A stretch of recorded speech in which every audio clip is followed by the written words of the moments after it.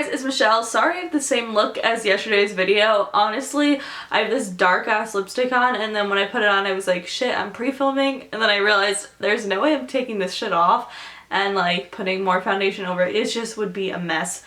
And why am I explaining myself so much? Anyway, today's video is going to be all about the 1994 attack on figure skating Olympian Nancy Kerrigan. This is a super interesting trial and an entire like event that was so crazy and so mainstream that like it just freaked a lot of people out, and also me, because I was obsessed with figure skating and I feel like I've known about this like whole entire story since I was like born. Like I literally don't remember a time when I didn't know that this happened, and it's honestly a very interesting, a very shady story, so I thought I would share it with you guys because I asked on Twitter and you guys wanted it, and I think it's so crazy and interesting, so let's get into it. So Nancy Kerrigan was born on October 13th, 1969 in Massachusetts. She was very famous in the figure skating world and won 2 bronze medals in the 1991 World Championships and in the 1992 Winter Olympics. While she was famous in the figure skating world, most Olympians at that time especially like were kind of famous like in the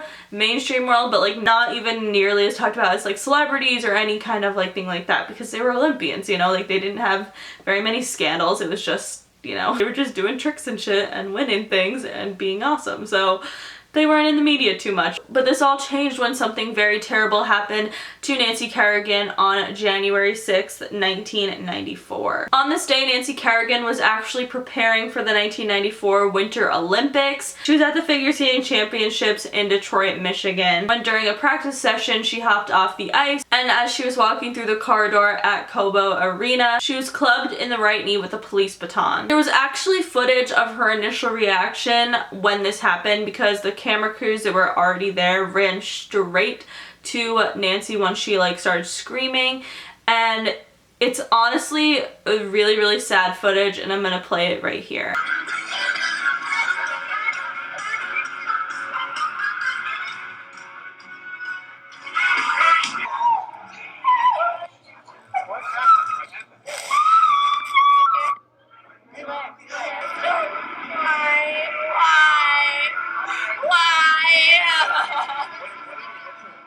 I don't know, some hard black stick.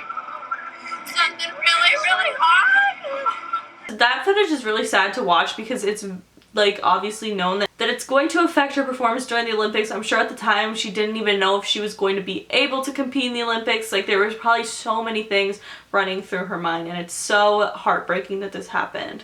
There was so much controversy and conspiracy surrounding this specific attack because it was very clear that it was not accidental, and it was someone was doing it to intentionally hurt Nancy Kerrigan, and it wasn't random. It was pretty much immediately speculated a fellow figure skater on the US Olympic team, Tonya Harding, was actually had some part in the entire attack. And because of the speculation, this is when everything went super mainstream media, and that's why so many people know about this specific attack. And that is why Nancy Kerrigan is one of the most famous Olympians, despite not being like quote unquote like the best figure skater, technically winning the most medals, but because of this scandal, everyone knows who she is, especially during the 90s. So Tonya Harding definitely did have a motive, which was the fact that Nancy was her most competition for the Olympics, so that was noted within the entire conspiracy theory about it. So people knew that Tonya Harding saw Nancy as a threat, and that's why they assumed that she had something to do with this. It actually did not take very long at all for them to figure out the case. It only took a matter of months, which is really good for Nancy Kerrigan because obviously she deserved to know what happened to her, and the person deserved to be in trouble. But I'm going to give you guys the basic timeline of everything that happened during this case and who was the actual person who did the crime. So they started off by just drawing pictures of the suspect, which definitely did help,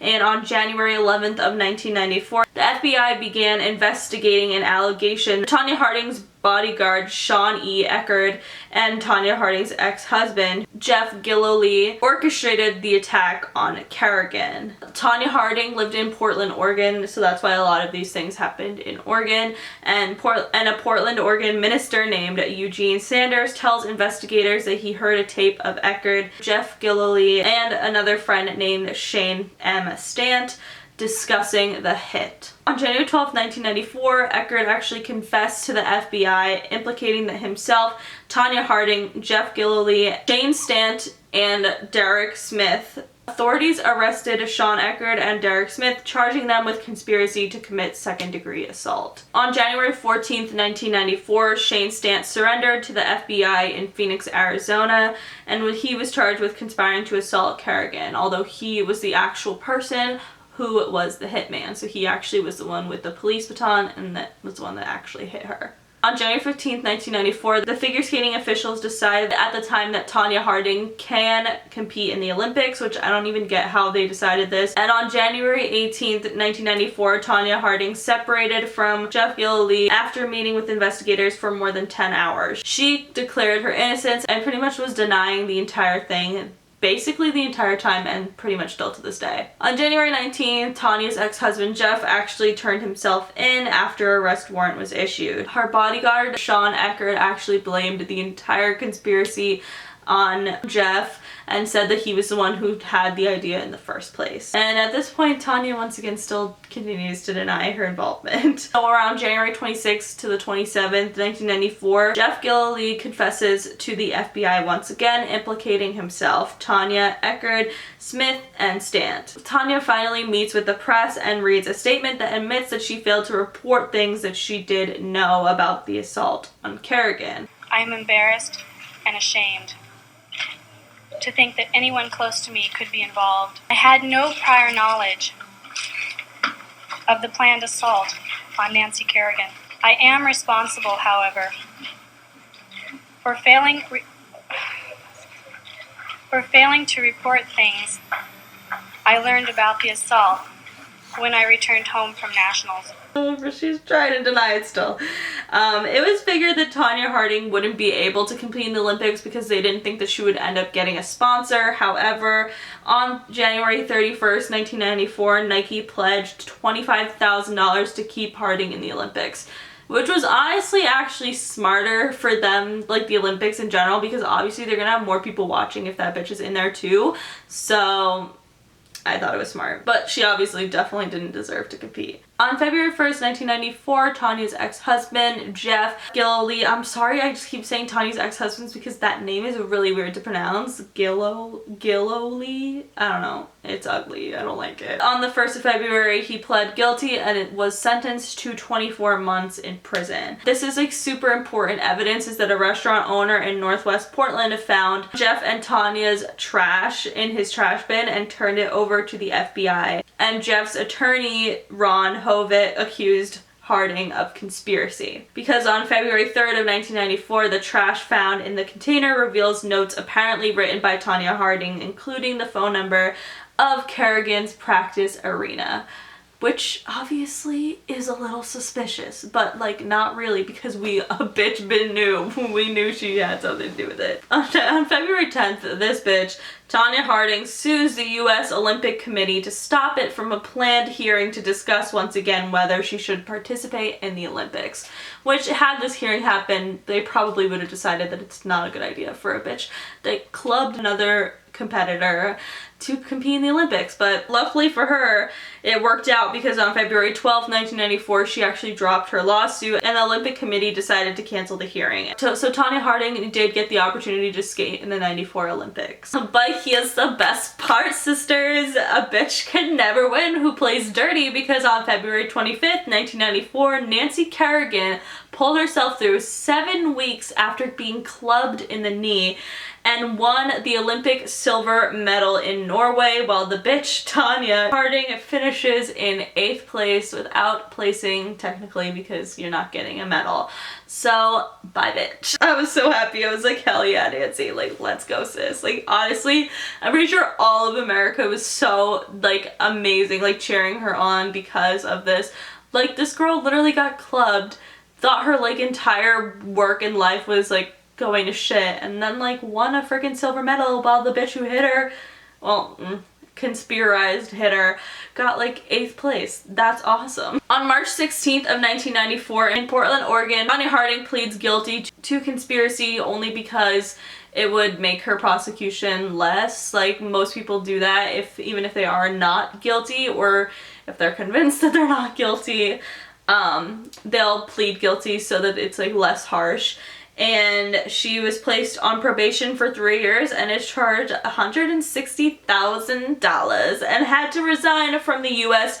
Figure Skating Association. This bitch got what she deserved. On May 16th, 1994, Eckerd, Smith, and Stant all plead guilty and are sentenced to 18 months in prison. Bye. And on June 30th of 1994, the cherry on the motherfucking top, Tonya Harding is stripped of her 1994 National Figure Skating title and is banned for life from the U.S. Figure Skating Association. Literally, bye sis. That's literally what she deserves.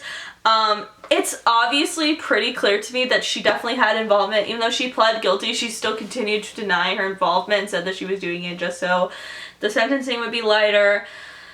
What do you guys think? I mean, I feel like the evidence is really there, especially with the notes from the restaurant. It's clear she obviously had involvement. It's not like, why the hell would her husband be like, let's like do this, like without telling her? Like, she definitely knew. Hands down, she knew. But I also think that it was her idea, probably, or at least maybe her husband's idea, and then she was like, hell yeah, let's do it, which is so sick. Like, why would you want to win by sabotaging someone? And a bitch still didn't even win, so there you go, sis. Ha. Ew, I love a good revenge story, but like, seriously, like Nancy Kerrigan, all she ever did was be nice and be good, and then she got the fucking silver medal, even though you tried to bludgeon her and then you got 8th place. Like, seriously. But yeah, that is it for today's video. I hope you guys found this video really interesting, and the entire story itself, I think it's crazy, and I can't even believe that it happened, and it was so covered by the media. It's insane. If you guys liked this video, please give it a big thumbs up. Let me know in the comments what you think is the truth. Do you think Tonya had something to do with it? Do you think she didn't? Let me know what your thoughts are. Make sure you follow me on Twitter, Snapchat, and Instagram, because I'm always posting really dope ass shit on there. Subscribe for new videos every single day, and I'll see you all on Monday. Bye! They tried to make me go to rehab. I said no, no, no. Yes, I've been